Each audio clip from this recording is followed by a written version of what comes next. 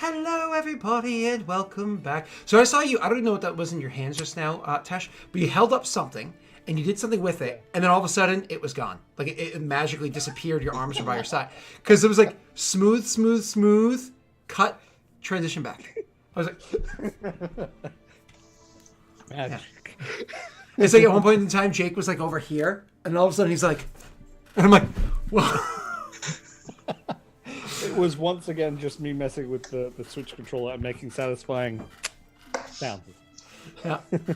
If you pulled it, it would have done it again if you pulled it down just a hair faster than you did, because there was another little jump there. All right, so anyways, doesn't matter.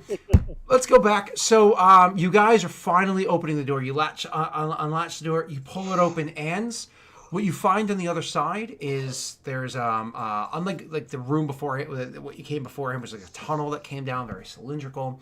The room that you're standing in is squared off. It's well designed, as is the hallway that you're walking into, and it is just that hallway where it's squared off, has doors that go off of it on either side, and it traverses on. There was no trap, there was no surprises, magics, and there doesn't seem to be anybody inside the stronghold either.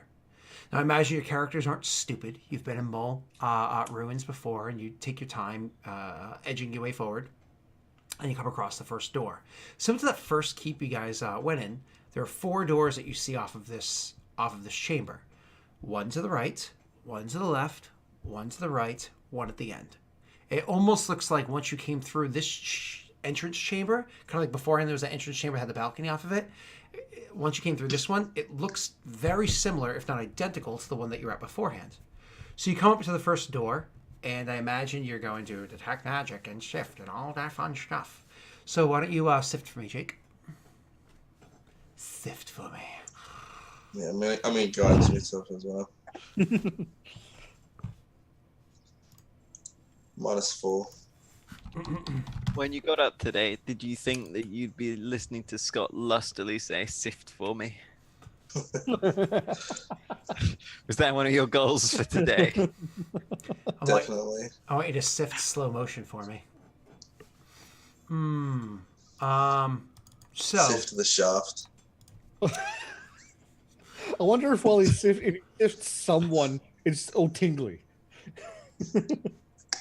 So when you go up to the first door and you put the sift on it, you notice that similar to the door that you just came through beforehand, there's a simple latch on it that opens it up. It's a wooden door. It has iron bands across it. It has iron, what are they called? Hinges on the side. There's ever so slight rusting, very, very mild amount of rusting that exists because, you know, it's very old, but doesn't seem to be suffered through the weather because there's a sealed area, you know, vacuum sealed area of slime, you know, removing it from the actual weathering effects and whatnot. But there doesn't seem to be any traps or anything else that exists on the door by way of your perception. However, Valorant, you do notice that there is magic on the door. Roll me a spellcraft check. Ooh. You detect the presence of magic. You detect the presence of many forms of magic. Ah, you see magic in front of you. A whole bit. Magic, magic, magic, magic. Did that roll twice for you? Because it rolled twice for me. No, only the once. Nope, only the once for me as well. So anyways, you The other roll was interesting. you when you detect magic on the door, you actually detect the magic of 2 schools: divination and abjuration. Abjuration's pretty common in portals, you know, hold the portal, arcane lock, things like that. Those are super normal. But divination, what is that looking for? Looking for the presence of weapons. And then it will keep you out if you've not stripped off your weapons. That is That's why there's all those other things out there, because you should come in here with your proper shoes on and without any armor and whatnot. Otherwise, who would do it? Here, and he's going to hand you I'm going to hand you the dagger. Is that the only weapon on your person? Oh no, I would also hand you a crossbow. And your bolts? I'll put the crossbow and the bolts down in a pile next to the door, so, like, rather than making him hold it, and then. Well, let's get ready then, and he's going to go and attempt to open the door. You keep jumping all over the place because like you move a lot the way I do, except you're like sorry. I don't know. It has to be the Oh, I see what you international mean, connection. yeah. Because my KBS and everything are solid. My internet doesn't seem to be jumping all over. It's got to be the international connection. Oh, you know what it might be? No, it's not you because you and Jake. It's not Neil. So it's got to be AU. Oh, okay. Yeah, yeah, That actually could be a thing, yeah. yeah. Which is fine. You're just on the other side of the planet, you know. The fact that we're even able to do this is pretty a marvel of amazing. human. Yeah. I'll agree, yeah. Ingenuity. So, anyways, when you go and you grab the latch to the door, you can literally see, because you can see magic. You can literally see the divination magic to the door kind of like pulls itself to the handle and literally touches your skin. You can feel just an ever so slight like splash of magic onto your fingertips as you grab the handle and you lift the latch and you pull the door open. Well, that was interesting. I hesitate to see what happens if you go through the door, though, with weapons on. Why don't you hold the door? Just to be safe. Does it open in or out? You pull, it's a latch, so you pull it open outwards. So you can kind of like pull it open and just like lean on it, hold it, whatever you know, like you're being just a nice person. Hold the Do door. that. Yeah, I'll hold the door. Sure. So when before you guys start traversing in, you hold the door open and you go looking in, and you see that they're inside of this room right here. It's clearly where people would have made their home. So it opens up into like a common room where there's like a comfortable seating around a fountain that's in the center, an actual fountain, and the water in the fountain is still running. So the design of the fountain is rather nice. So it's circa. I was deciding to describe it later. Not describe it now. That's what. Sorry, brain. So this fountain itself is round, and the way that it actually is formed, like the actual like design inside of it, it literally looks like a splash. Like, you know how if you've ever seen ocean surge, like when a large wave splashes up against the shore, how it causes like a surge or like a splash upwards. So it looks kind of like that, where it like surged upwards, like two waves smashed into each other and surged upwards, made out of incredible like design of stone. And then pouring gently, not like a huge spray or anything, pouring gently off the top of that surge back into the basin below is looks like clean, cool water, you know, from where you're standing. Like I said, there's chairs that sit around that. There's like little tables off to the side. The whole thing seems like what you would imagine being a common area of a nice inn that you guys would stay at inside of like a decent city. Perrin has tons of locations with inns that would have like a nice common area, usually not with a well inside of it though, or fountain. And then off of the area, you can see honeycombed a ton of different rooms. This chamber itself is a bit oblong, and then you can see a bunch of different rooms coming off of it. Just the sheer guess, you imagine these are people's homes that are coming off of it. Just that's the guess, that your impression that you're getting without even walking in and looking. Who goes through the doorway first? I'm holding the door open. Does someone else want to try and go through and see what happens? It's Jake or Neil. Maybe toss your dagger through the doorway. No, not that dagger. I'm putting a bolt through if I'm throwing anything through. That dagger is masterworked. I forgot about that. Yeah, so did Rarin. Rarin's like, oh yeah. Rarin happens to have a normal dagger, so he would gently toss that through the threshold. Sure, it doesn't. Much like how the slime was stopped by something like a magical barrier beforehand, it literally seems to hit nothing. It doesn't like you don't see any ripples or anything like that, like when the slime had hit the barrier or being sucked back down, because there's no taxing nature to this. But it seems to hit something solid midair and then just drops to the ground. Interesting. Rarin would pick it up again.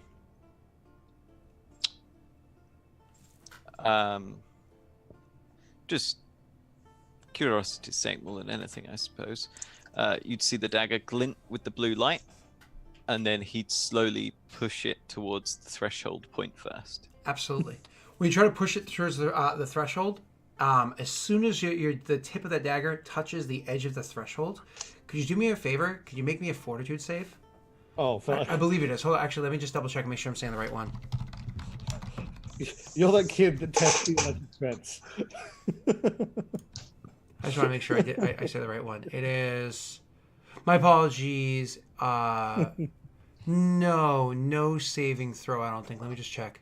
Uh-oh. Oh my That's even God. worse. Oh yeah, That yeah, is yeah. worth. No saving throw. Okay. You're just gonna go flying into the wall behind, just like, oh. Oh, this is gonna be okay. ouchies. Let me just double check exactly how this works. I didn't have the full thing written down. So It's not a wire grip handle, so if this is electricity, it won't conduct. See, now I'm worrying that what's gonna happen is it's gonna like just project it away from the barrier into you. okay, here we go. So it's nothing. It's not as crazy as I thought it would be, which makes more sense.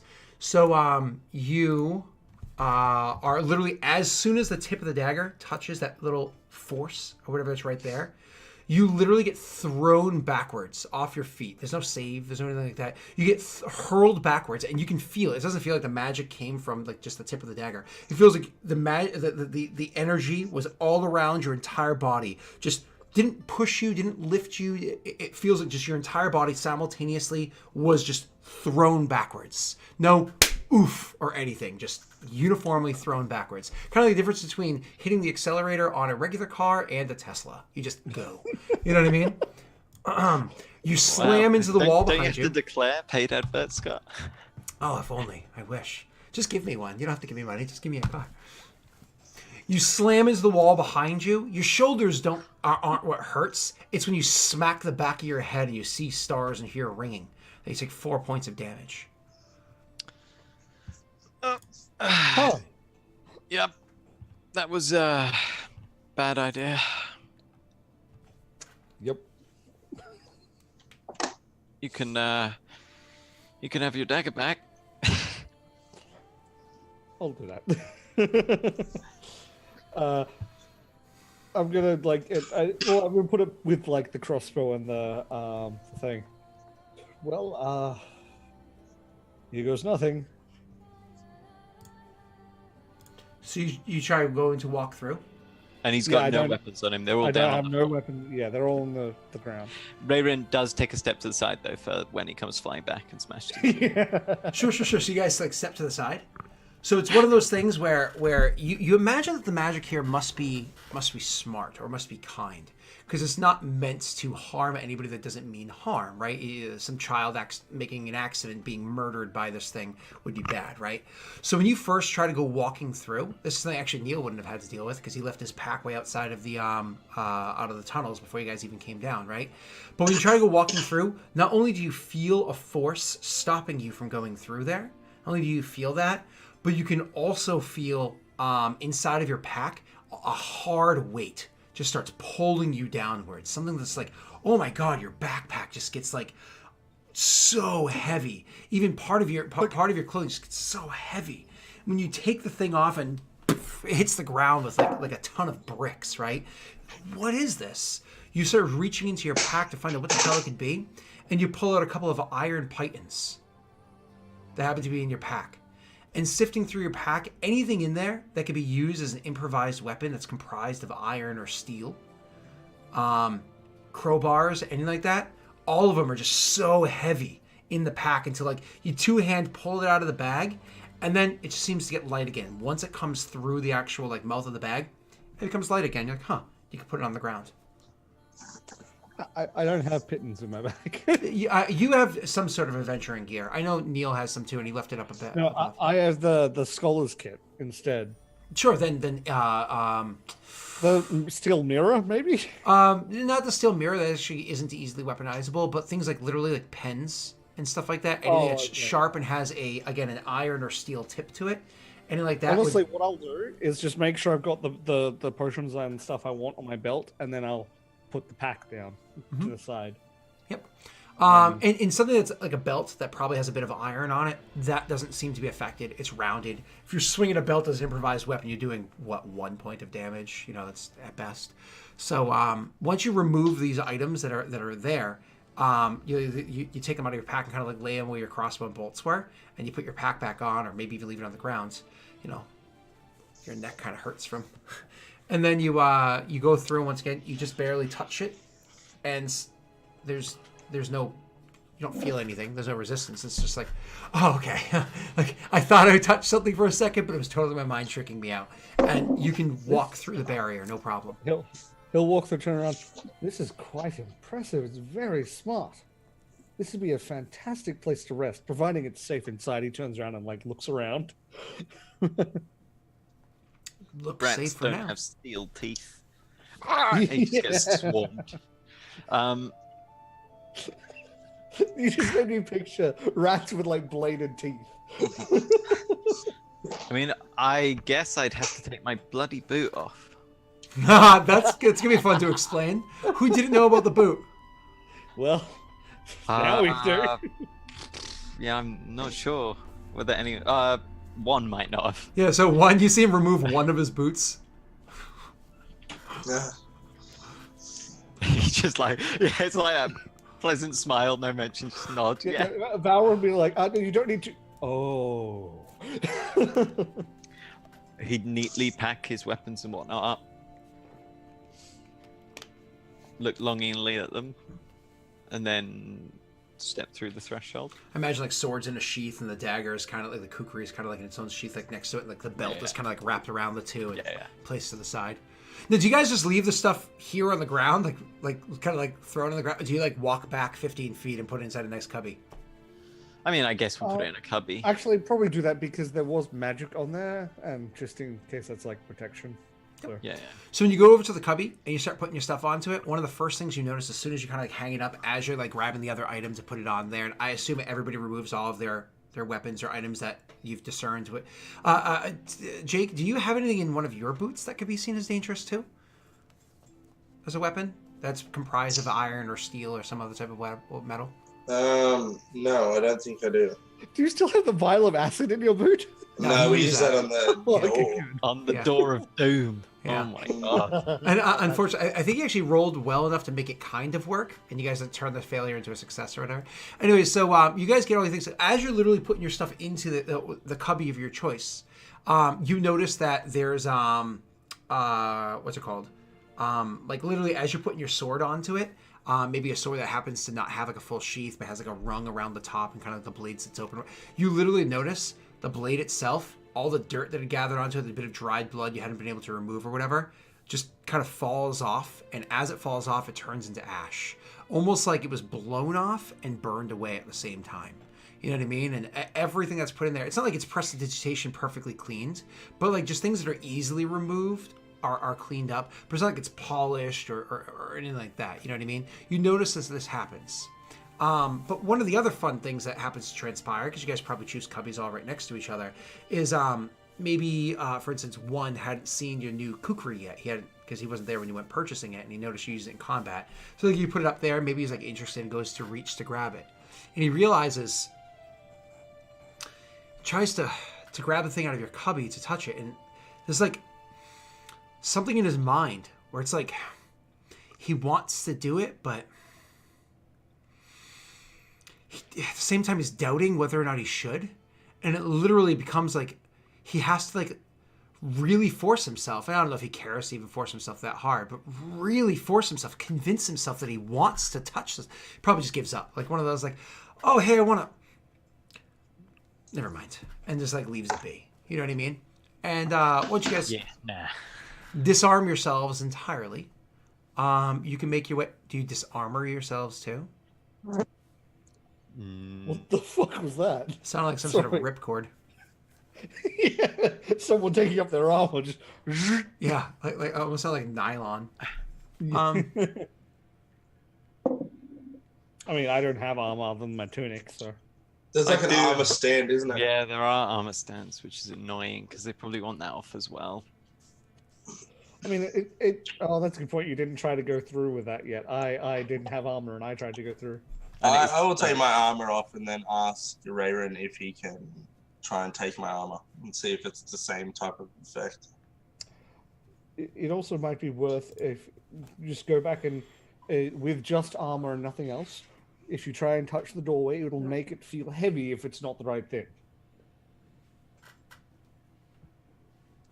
I suppose that's worth a try. I'm rather beat up though. I may have So I'm He just like imagining touches the back of his head and like comes away, and there's like some starting to clot blood. Ooh. Just a second. He'll actually grab the scroll of cure light wounds. Now, I think did we discern that I'm still the highest chance for this? Yeah, I think so. Yeah. Even though it's not on my list. Oh well. This could go. I would stand back one just in case. Okay, take your We'll advice. stand close if this goes like last time. That's a good point. That's It's cure light wound, so it's just cash level. So it's just CR 21, or sorry, DR 21. DC. Can I give him Hey! Oh my god. Hey, easily does it. Cast a spell. That's gonna be 1d8 plus 1. Please roll. Hey. Rolls a 1. please Very don't. Boy, don't do that to me. Hey. Hey. Okay, so heals 7 points of damage. I think more than his total amount. The benefit of having such a low health pool. Yeah. That's true. I'm at max health. All I right, gotta get rid of that. I'm not quite. Nearly. cool. And so you finished, casting whatever, and you guys are able to go through there. So you try walking through once again, Tesh, and you get through easily. The other two wearing your armors. What kind of armor do you wear, Ray?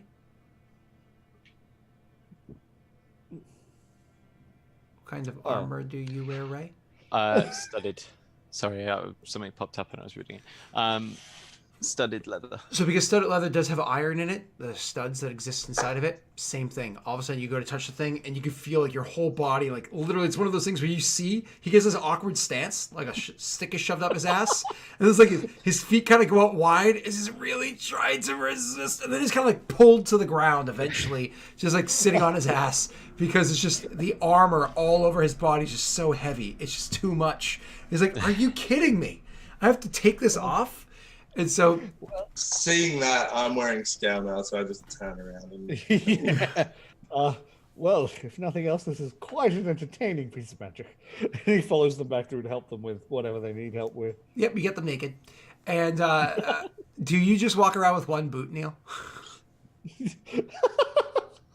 I mean, there unless other there's some of boots? those little indoor shoes that would fit, yeah. They're all rotten. Your character speed's now 25 feet. Just he runs into a room. So technically, a form of medieval footwear is wrappings. So I can just wrap a form of cloth around it, and then I don't get the debuff. Do you have ace bandage though, or something to do that? No, I'm just busting your balls, anyways. So you guys go. You just look ridiculous, but you're fine. So you guys go walking in, and I imagine you don't want to take the other boot off because you don't want to have like a Die Hard moment where you're like, well, now I'm walking through broken glass with no shoes on. So Oh god, no. at least can hop. At least hop through the broken glass. So Oh. Or when the rat swarm comes out as well, just lift that one foot up, So you make your way finally into that room, disarmored, or walking around in your skivvies, except for one of you, with no weapons. But you do have your magic at least. And you're able to make your way in. Important thing to know, your staff, I described it beforehand, was made out of oak. You were able to bring that with you. Ooh. I don't know we still don't know what it does yet, do we? No, you were never able to successfully identify it. No, but I've got the staff anyway. Still useful as a quarterstaff, though. I can bat things. I believe So- the term is bump. So you it's What thonk, is like it's that? thonk Bat bonk. is Thonk bonk. So you make your way into the room. Finally, let's get in there, damn it. And you see, like I said, it's that beautiful thing with a and like, yeah. I imagine you don't really go interact with the well, do you? The fountain, or no? I want to have a look around first, just to make sure that this place is Sure. cleared out. Sure. So you guys are gonna kind of like walk around and really take it before you even open any of the doors. Like really investigate this common chamber. Imagine your characters like walk around with feather dusters and magnifying glasses at every room you go in. Roll me your perception checks. Blah. I use my magics. Did that really? No. Well, it's Okay, actually realistically, it's Jake that's doing Sif. So he's rolling a perception check with the 8 of you guys, and you're using detect magic. So go ahead, Jake. Okay, well that works. I also like how he once again waited for the low roll, then went yes. It works. It's the way he figured it out. It's funny. It looks like an 8 and a 20, but it's actually a 14. Oh wait. Oh, it's because I didn't see the other roll. My apologies. That's why. Mine looked like it was a 20 as well, but it wasn't. I was like, wait, what? Yeah, I saw only your roll. I didn't see his, but that's fine. So, Jake, you go walking around and using, their aid and your sift and blah, blah, blah, blah. You're using your detect magic. So let's go to detect magic first. You notice that in the center of the fountain itself, there's very clearly, very obviously, a bit of powerful magic that's set inside there. A bit of transmutation magic that's set inside there. It's very small, like whatever it is it's giving off the aura, but it's embedded inside the fountain itself. And then, of course, the fountain is running. You can tell that it's transmutation magic, like I already said. It's not particularly powerful, but it's stronger than the faint auras you were getting from the cubbies and whatnot they were using out there. Embedded in the stone. Jake, as for you walking around, doing all of your inspections, everything, you don't see anything that stands out. You don't see any traps in the area. The doors themselves all seem relatively routine, except all the doors do seem to have locks on them. Many of them are unlocked. A couple of them are locked, but even then, the locks themselves are relatively simple. You're pretty sure that unless you ring your chime wrong, you should be able to open the locks no problem. Maybe even spending some time with basic tools, one of you guys might be able to pick the locks. So, because they seem simple. But no traps, no magics, no wards, no anything in the entire area. It's a housing complex. Why would you trap it? As you said, you don't want children to die. Interesting. Well, I would mention, of course, the transmutation in the middle of the fountain, and I'm interested to just see what that might be. Perhaps. Oh, that was you just shutting Valorant up. Perhaps some form of sustenance, or to maintain the water's freshness, or to transmute something into water. There may not actually be a source under there. That's a good point. Either way, it's quite impressive, this whole place. Indeed. And it I doesn't can't seem to find any. There's no traps or anything in here. All the doors have locks on them. Although not all of them are locked. Oh, well, in that case, it might be worth checking out some of the ones that aren't locked first, rather than we go breaking into every room. I'm still interested that the state that this is in, the things that were left behind, it all seems to suggest to me that the mole disappeared. They didn't simply leave these places. It's rather peculiar. Perhaps the curse had an alternative effect. Obviously, there are still mole remaining, but it's strange. Agreed. It is very strange. The other keeps seem to be in a bit more disrepair, but thus they are more exposed to the elements. It's less. We get less of an example of just how sudden whatever happened. This appears to have been the only complex we have found so far designed to house people.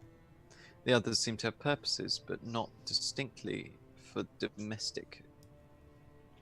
That's a good point. It might be more than a coincidence that the capital, if you can call it that, of Idir, is directly above this place in particular. I suspect there is a reason for the location of the capital. Indeed. Well, shall we? We have two options. Fountain, test the water, or rooms. Why don't we check the rooms, and then come back here and have a rest, something to drink. He sort of glances at the fountain, something to eat. I think that's a good idea. So, room time.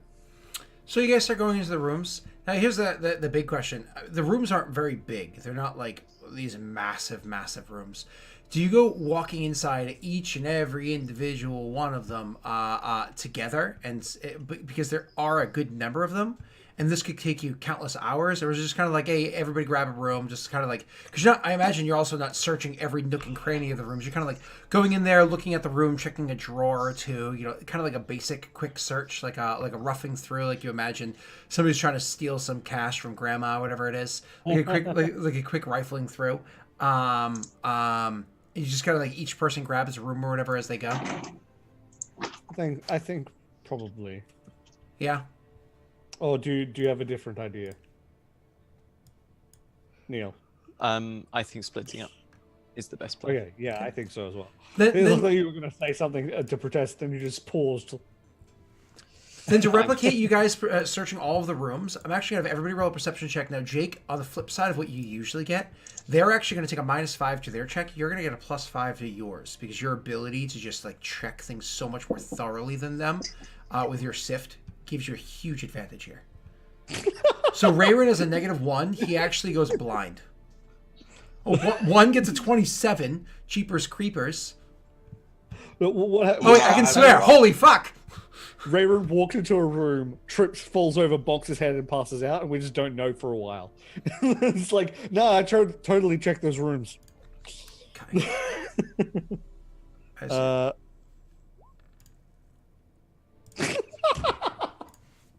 What is happening today? Scott, you should look at the feed. Oh, well, I see that, but I actually thought that was the first percent. I thought you rolled first, but I forgot that was your check from before. Holy crap! Yep. So you actually, I'm going to guidance myself as well. so you can't just one up him. You have to two up him. Is that what it is? Is that what it is, Jake? No, I haven't rolled. Oh Jesus! Oh, okay. My apologies. Go ahead. That was like you kept saying it, and Scott was just like. I thought that perception beforehand was your roll. Hey, not bad. So with your guidance, Exactly the so you same. actually get a 30 total. A 30 total. That's incredible. Fucking hell. Awesome. Rayron really did just pass out when we I took said the that. officer's role. I was like, the others will be fine. I'll just have a nap. He found one of the beds that was comfy. He's like, yeah, no, fuck it. We're gonna do you first, Rayron. You go into the first room and you start looking about. But honestly, you just gotta kind of interesting book. you're in there and you're looking about. They're in the rooms like immediately, like one to your left, one to your right. And they're kind of searching through those rooms. Jagus walks in there, nothing. Immediately goes over to the next one. Nothing. Goes over to the next one. He's like very quickly, very methodically going through. And you have what's his name there, Valrin, who kind of goes in, check. Nope, nothing of note here. Goes into the next room, check. But you're still in that first room because you went in there and you start looking about, kind of like mulling and whatnot. Like, oh, this is so grueling. What are we gonna find inside just people's homes? And it's like, kind of like you're just distracted because it's just a menial task that you think there's something better to be able to, let's talk to the dead guy. You know what I mean? Like there's so much more that you can get from being here. But then like as you're like finally giving up in the room, you like thought you heard something. Like, oh, I thought I heard something.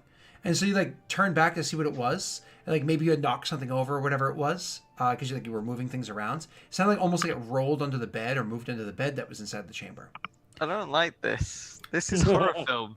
This is horror film territory. When you go to look underneath the chamber, all of a sudden you notice this tiny little glob that was right there. This tiny little glob that was like, it was like half stuck to the floor, half stuck to the bottom of the bed with like this nasty like webbing, like snotting between the two that's there. And you're thinking to yourself like, oh shit, there's another ooze. This is another thing. And right when you're about to like say an alarm or raise or say whatever it is, all of a sudden a bit of that ooze just kind of like sprays at your face. And like, ah! And it like literally jumps onto your face. It doesn't like burn or hurt you or anything like that. At least not at first. And so you literally feel like you can barely see like between the webbing over your eyes, the bits that were on top, like stuck to the floor and the ceiling, they come loose. And because now it's like anchored onto your face with its stickiness. And they have like a bit of a spike to them. And they wrap around to the back of your neck and actually implant themselves into your shoulder blades, right between your shoulder blades, right where you imagine like wings would be attached to, right? Implant themselves right inside there, dealing to you a total of... It's a face hugger. Literally. Like if that was me, as soon as I put my face down there, I'd be like, yeah, no, I've seen that. I've seen those films.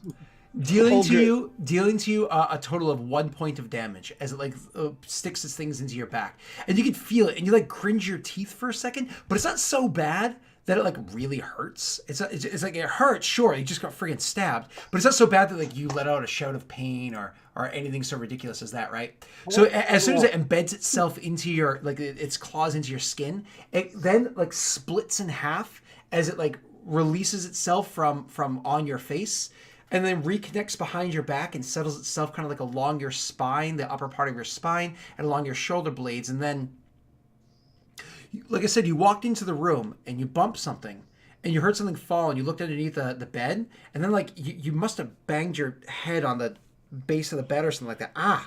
Your head hurts for a second, but there's nothing there. There's nothing underneath the bed. Oh God, Brain slugs. that's horrible. Oh fuck. So you go about checking other rooms, and your head kind of hurts for a couple of minutes or whatever because like you just parasite. smashed your head on the thing, and so you're just distracted as you're trying to do your work, and yeah, moving on. Tesh, as you're walking about the rooms and trying to find out what you can, you actually have an incredible success looking through and actually finding bits of old. Now, let's be serious. This isn't something of like adventuring value. Like, I can use this for power. But what you find is old textbooks. You find old like journals and just documents here and there, and notes and letters to one another that are preserved well enough that if you're careful with them, if you're gentle with them, or if you leave them alone for now and come back and collect them later on, that this has value in its knowledge. You can actually understand better the culture of the people here. Maybe even the right buyer would be willing to give it a good amount of money for it. Maybe you wanted to add it to your own collection of knowledge that you're gathering.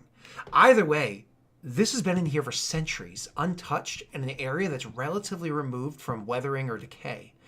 These have an incredible amount of value. Even some simple spells would be able to bring them up to enough of a durability that you'd be able to easily just kind of like throw them into a thing. Would prestidigitation be able to do that, or would Actually, more of a mending. Yeah, mending. Okay. Yeah, whereas usually stuff that you would find you would need like a make whole, a simple mending would be able to do this.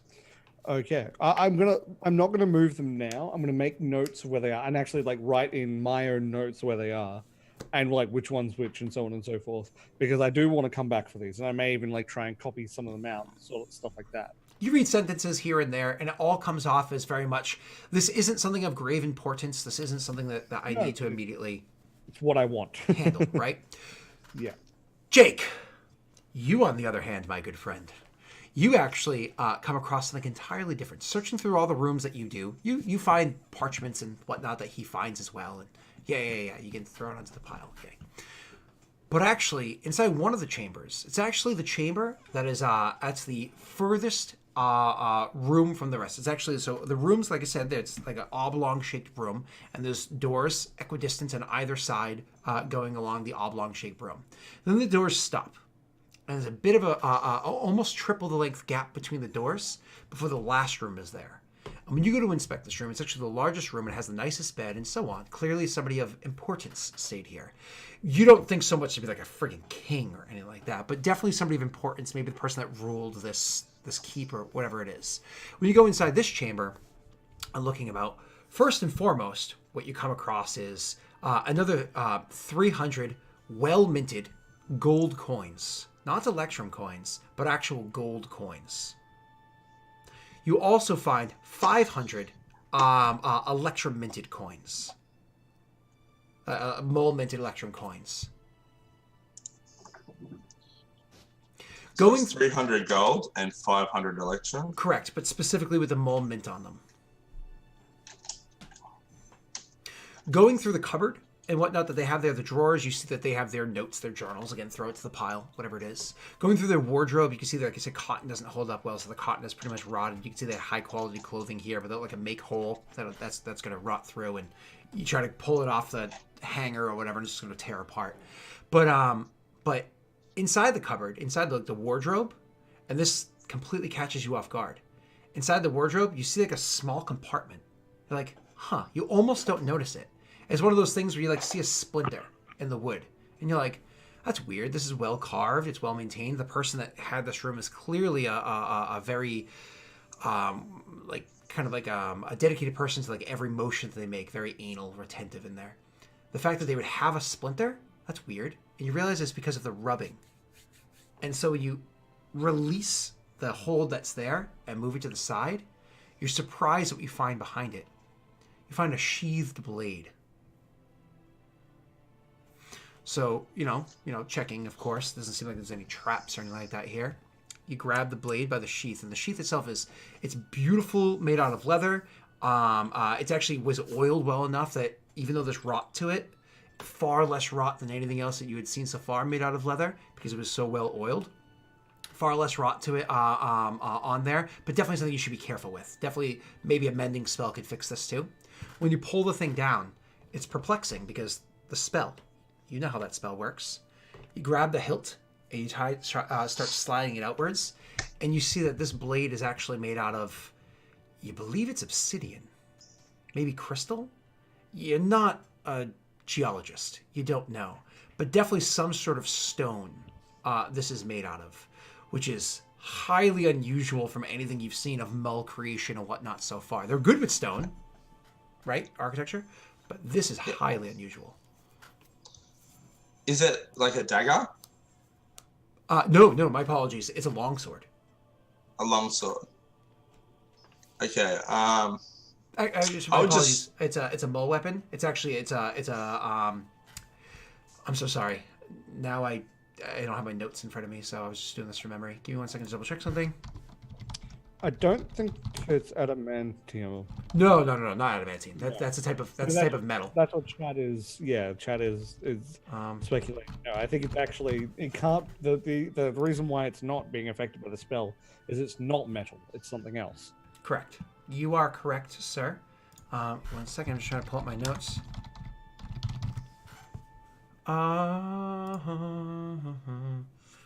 Hooked on a feeling.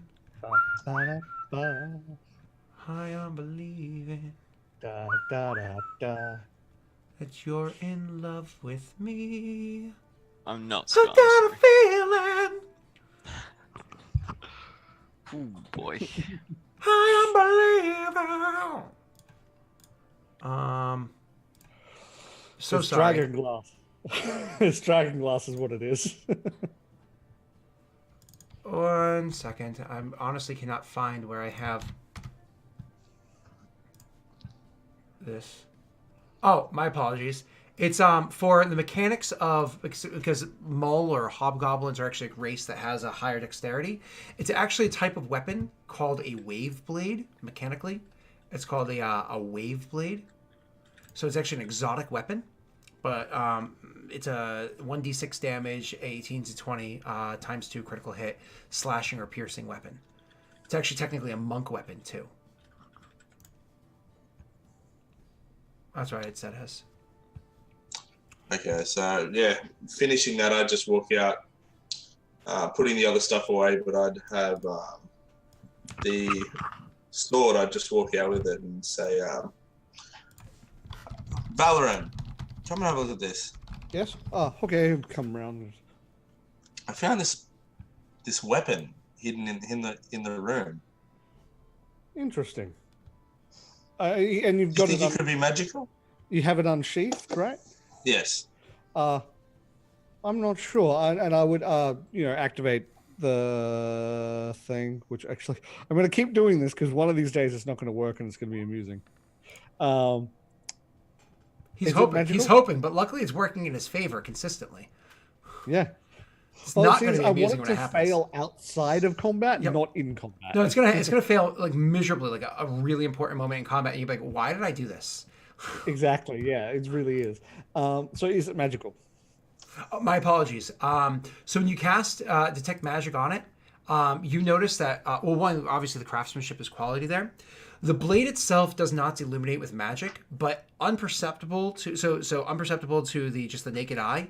There are runes that are almost made within the actual weapon itself. Like It takes a bit for you to like understand what it is that you're looking at, but it seems like the actual center of the so over nearby like the guard or the hilt of the weapon, like there's almost like a cavity that exists in there, or maybe it's a different type of material that is inside of the stone of the crystal that's here, making runes, and the runes themselves are enchanted, but the blade itself does not seem to be. Interesting. I would relay that, and he would do it in that sort of detail, even if one doesn't quite. Okay. When you say that, one says, "But what does that mean?" I'm not sure, really. I think that the reason why this probably was allowed through the door is doesn't appear to be a metal. Maybe this was someone's holdout weapon for emergencies. I'll keep it on me as long as we're in here. It's a good idea. To be clear, Tesh, in Pathfinder, obsidian is fragile. So you have to imagine obsidian weapons in Pathfinder aren't like, if you have a long sword is usually, let's say my fingers width thick. Obsidian weapon would be like, 2 to 3 fingers thick at its base. You know what I mean? Like it's super thick, it's super wonky, and it has the fragile quality, which means if you score a critical hit or a critical failure, it can shatter. Okay, so would this be like? You're not sure if it's obsidian or crystal. You guys just aren't geologists, so you don't know if this is obsidian or crystal. You know it's comprised of some sort of rock. Well, you can't with discern. the build of it, does it have the same, as you said, the thicker base like that sort of thing? Yes, but not to the extreme that you would imagine. Your character has not really seen obsidian weapons before, like mundane ones. Okay. But definitely thicker, but not to the degree that I just described.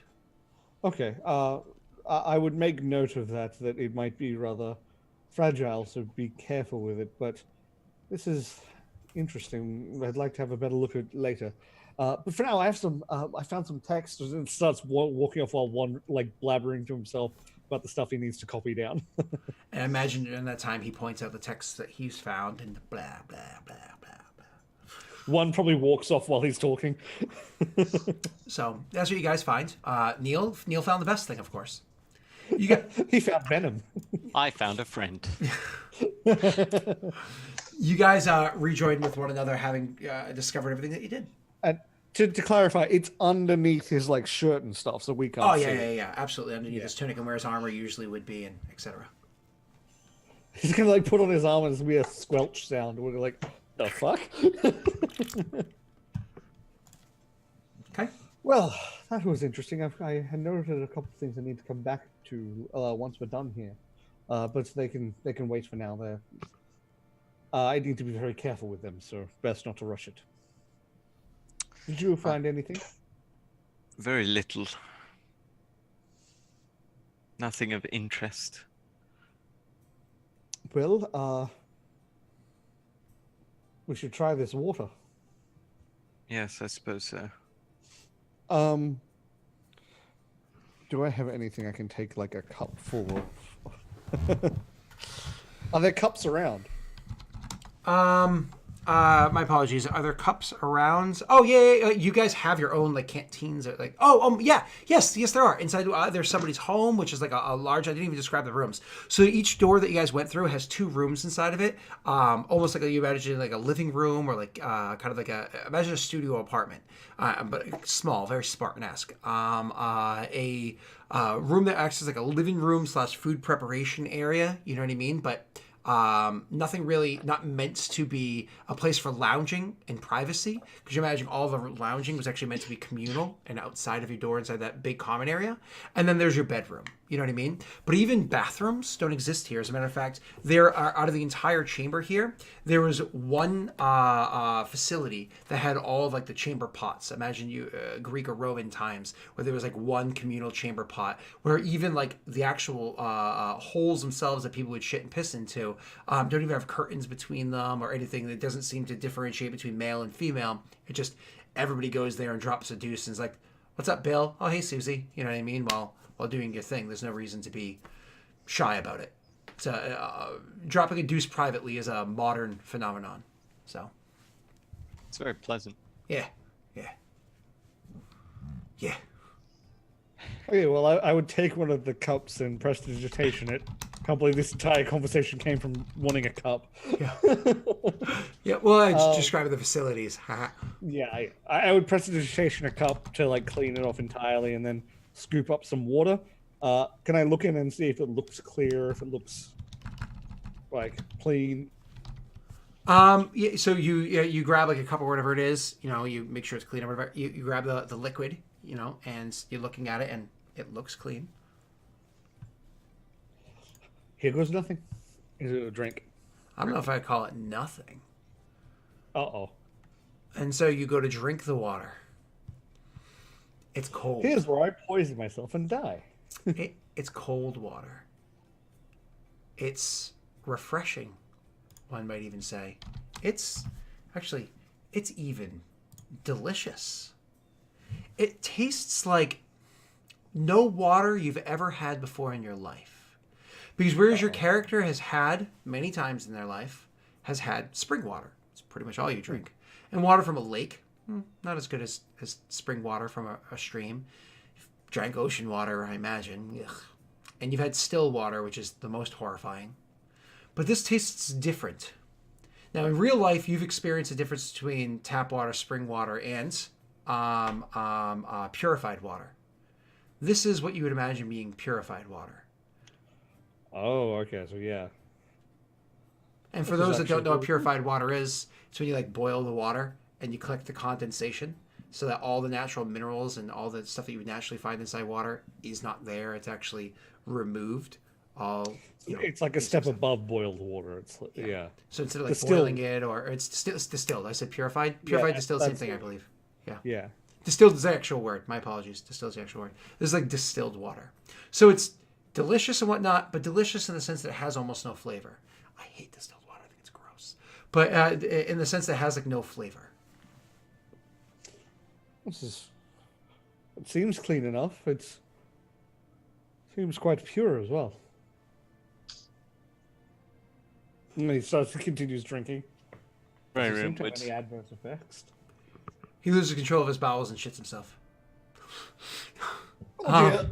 I'll be right back.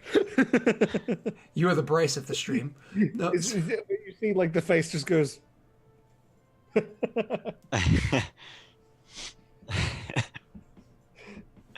No, but so it's just takes a couple drinks. Maybe even like he might even like refill his canteen with this. so you you fill up you get all your distilled water and everything, and you guys are like, okay, well, you have a drink and it's good to go. That's it for this chamber. You can now fuck off out of this room.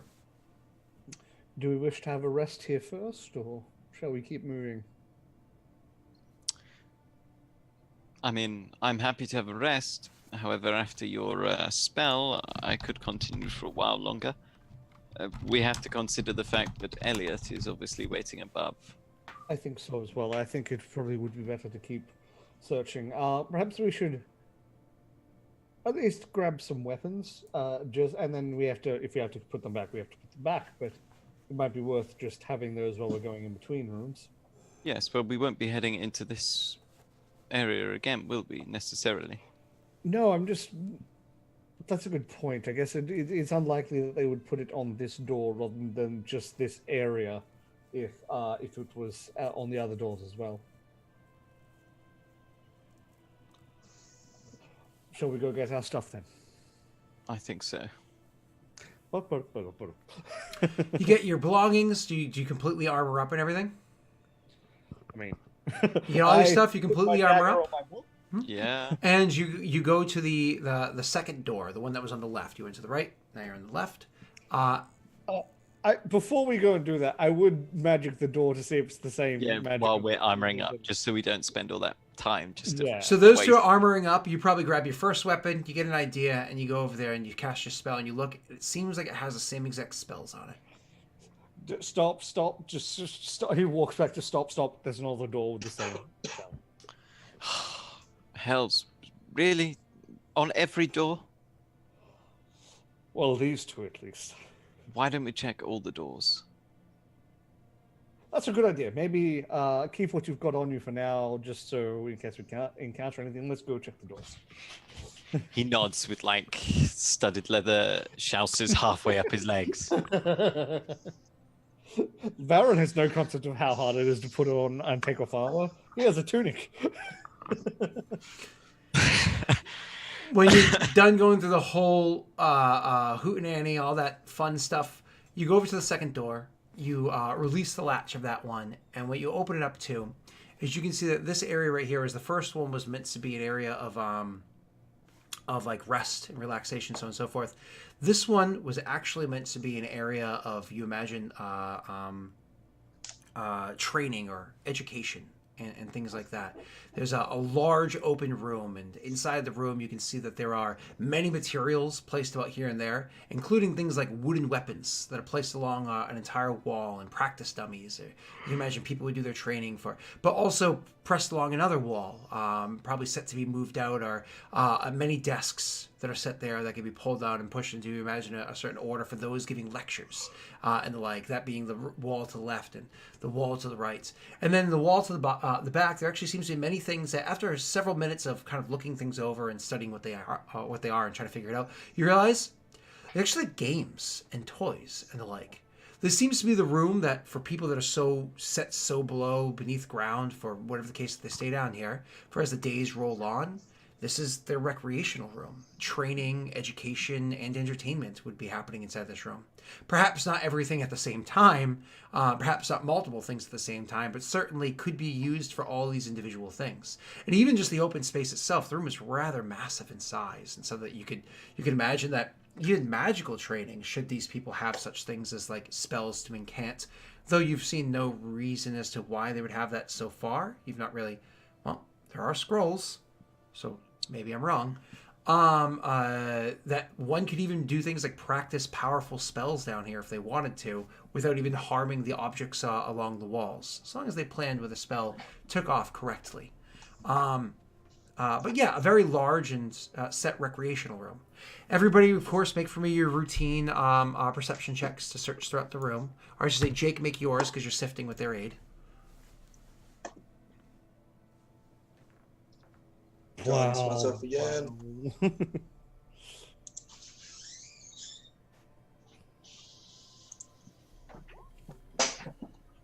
Okay.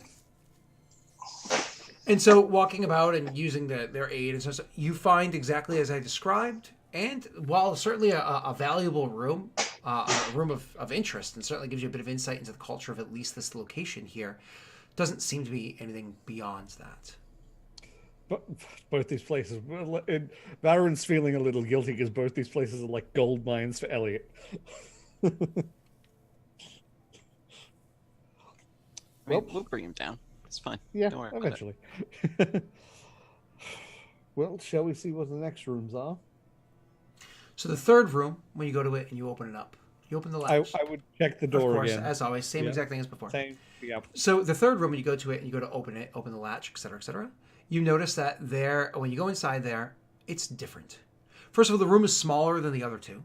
You know, obviously that first room that you went into, which is also to the right, took up a lot of the space of the hallway that would have, that's coming off of it. It took up a lot of that area. So this is a much smaller room. What you find inside here is there is a, similar to that chamber upstairs that you went to, in the center of it, there's a circular kind of like well area, but not set as low and certainly not filled with acid or anything like that. But there's a circular well area inside there, and it has a whole bunch of tools laid around that well. Tongs and hammers, chisels, things like that, so on and so forth. Going up to the well and looking into it, you can actually see a whole bunch of like chunks and bits removed, filings and whatnot of gems having been worked on, and these are just kind of like their remnants, their powdered behinds and shavings and whatnot. There would be little chunks that have no value, even if the chunk is of decent size. You could literally the thickness of your thumb between your fingers. Honestly, has so many inclusions and so much like cracks and whatnot inside of it because of the way that they worked it. You imagine it has like no value. And this is from, of course you guys have an unkeen eye, maybe a keen person to be able to find something of value in here, but whatever. So you find in the middle of this basin, clearly this was meant to be a working station where people would work on some sort of crystals inside of here. Outside of like where that center table or chamber area is, along the walls, you see where other tools would have been hung up on the walls or workstations nearby where people were doing other similar works there, but much more finite, almost like the more intense work happened in here, the initial like cutting and chiseling and whatever happened here. Then you go to a side station and you'd have much more filing and honing and what's the word I'm looking for, like polishing and make sure the symmetry and whatnot is set up correctly. You'd see that on stations on one side of the wall. On the other side of the wall, you would actually see other stuff was set there. Actually, oils and herbs and other stuff that was kind of set inside jars. And you would see areas where there's like what are they called? Bookends, where somebody would bring their books and kind of set them up here, but they're all empty. Like the books aren't here. You imagine somebody bring in their own supply of whatever they needed for books and then take them with them when they left. But where they would be doing something with whatever these other obscure materials are, they're pretty much all rotted out. But you could even see like powdered silver. You're familiar with it from moving it about, and other things that are in here. Even a bit of like, is that diamond dust in there for valuable things, reagents for maybe a certain type of incanting and the like. But probably the thing that strikes you most of this whole room as you're walking around and inside of it is this room, unlike the others where you had to provide your own light, this room itself has a steady, constant glow of lights throughout it. It is just enough lumens that you can see perfectly well everywhere. Not so bright like being obnoxiously in like a kitchen in a restaurant, but just so that you can see well on what you're working on there and still be easy on the eyes. But also the whole room, all of the walls from the door, even if the door shuts behind you, literally etched on the back of the door, all the walls around, much like you imagine, banners in the 80s and the 70s and people's houses. That grandma had that pattern, banner of like flowers or like a whatever, is runes etched around that all have a slight glow to them. Yes, of course they're magical and you detect magic. Yes, obviously they're there, and so on. Clearly this room was used for something of incredible value, whatever it was that they did here with these stones. Well, these are the gems that they put. These are the gems that they put the elemental force into. Clearly, the runes are here to prevent any of that force from escaping if there's any accidents.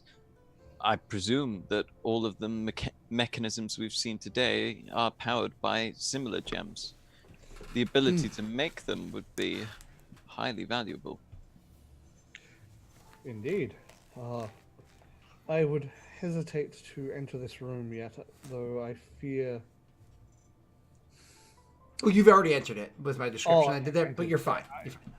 I would be free to mess with this room too much. I am actually more scared that there is a lack of signs of the curse so far than what you're saying, because something is going... It's obviously here somewhere, and the effect, I don't know what it would be.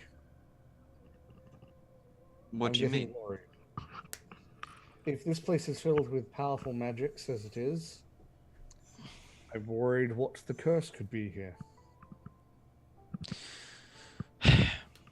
We don't know what form the curse takes in every ruin. There's no reason not to suspect that it could be simply a crystal containing the curse. We know that they generated this magic purposefully. If this was the height of their arcane knowledge, then they might attempt a crystal. Elsewhere, they'd attempted to generate a bountiful harvest.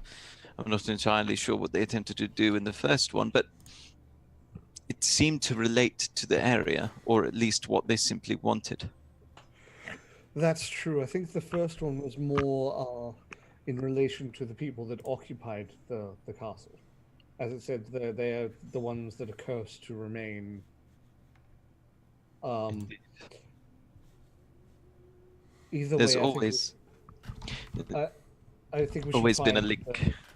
Yes, I agree. I think either way, I think we should prioritize finding the room with I don't know, the caretaker. I don't know what to call him. Whatever it is, the one who can give us a bit more insight into what's going on. Sam, Ronan gives you a slight look.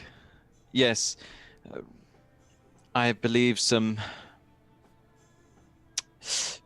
extra planar insight would be useful. when you guys leave this chamber and you go to the last room, again, this is the one at the end of the hallway as opposed to the left or the right, and you look at that one and you do the same exact examining as you did the every time beforehand, similar to that first keep you were in before, this one does not have the safeguards on it. If you wanted to, you could actually wear your armor and your weapons and all that. You imagine this is why the original guard wasn't put leaving that first chamber coming into here. It's because if somebody of military importance needed to, they could just come down the tunnel coming into this area. They could walk straight through the hallway, ignoring the left and the right and whatever happens in this keep, and go straight into that chamber right there. So as soon as you grab that latch, and I imagine you don't get all of your stuff, right? Yeah, or maybe grab a couple things. We don't spend the whole time re-armoring in case you have to go into one of these rooms. Just grab a couple things, and then you open the latch and you pull the door open. Actually, this one isn't even a latch. It's similar to the same door as before. The handle, you turn it when you pull the thing open. You see, though in far greater condition than all the other ones that you've seen beforehand, that same chamber that you've gone into every time beforehand. You can finally see all the furnishings as they were meant to be in the other chambers, had they not rotted away and been destroyed. But what those furnishings are and how they're described, the conversation you're going to have with the old man that's inside there, we're going to have to save that for next week.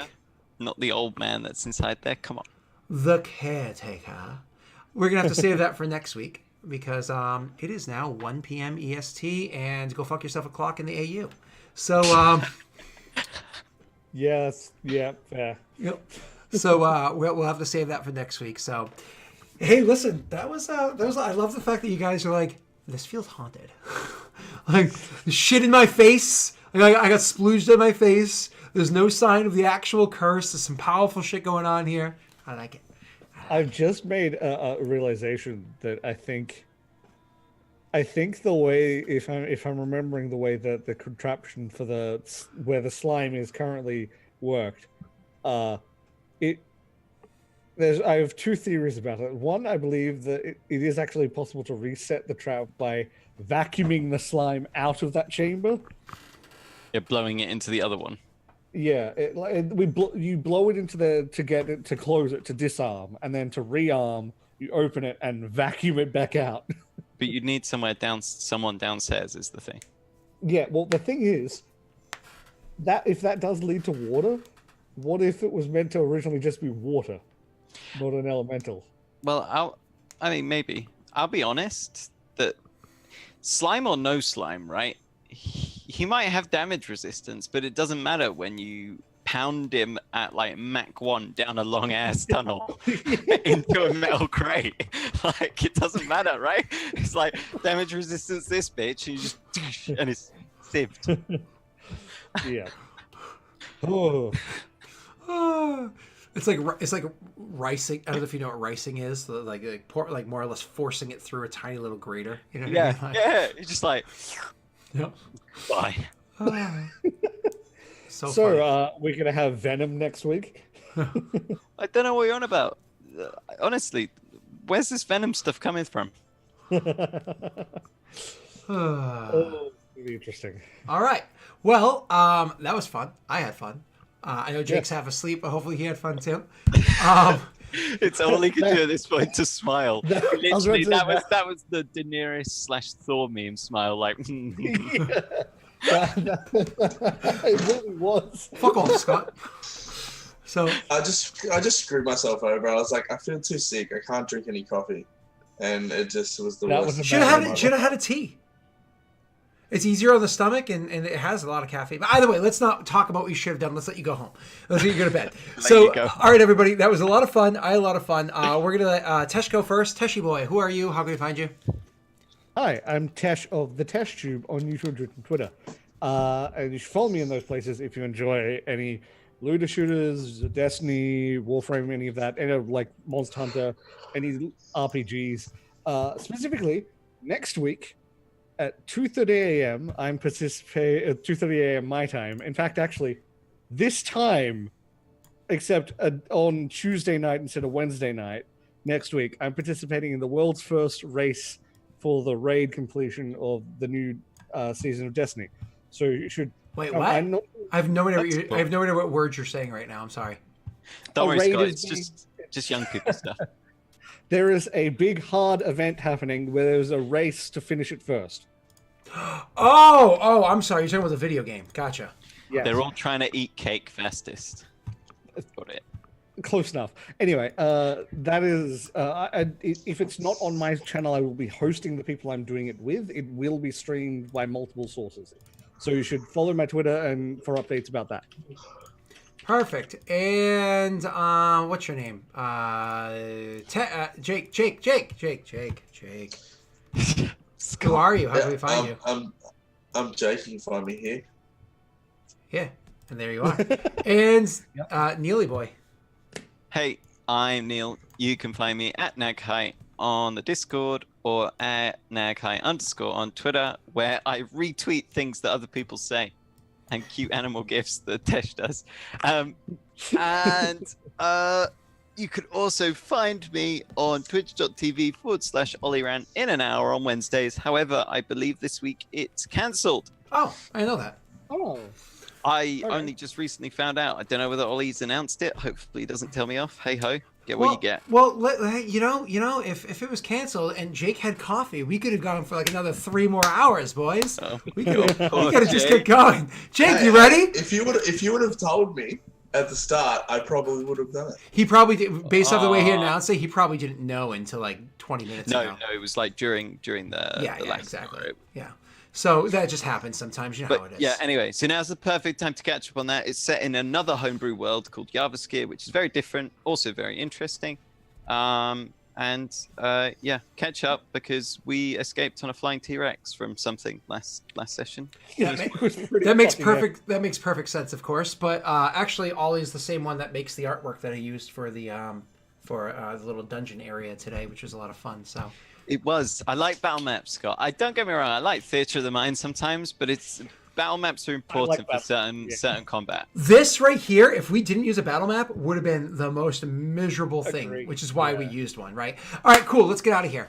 Thank you all for coming by. You know who I am, Daelric. Yeah, I'm going to be live on Lost Initiative. Now that I know that there's not going to be a D&D stream happening in an hour, I might continue streaming. But first, I got to pee, and I owe like another 200 sit-ups, so I'll probably do 50 more. So I can deal with the rest of it later. Before you pee. All right. Yeah. Oh, I got to pee first. Let's go. Bye-bye. Bye-bye. Bye-bye. See you guys.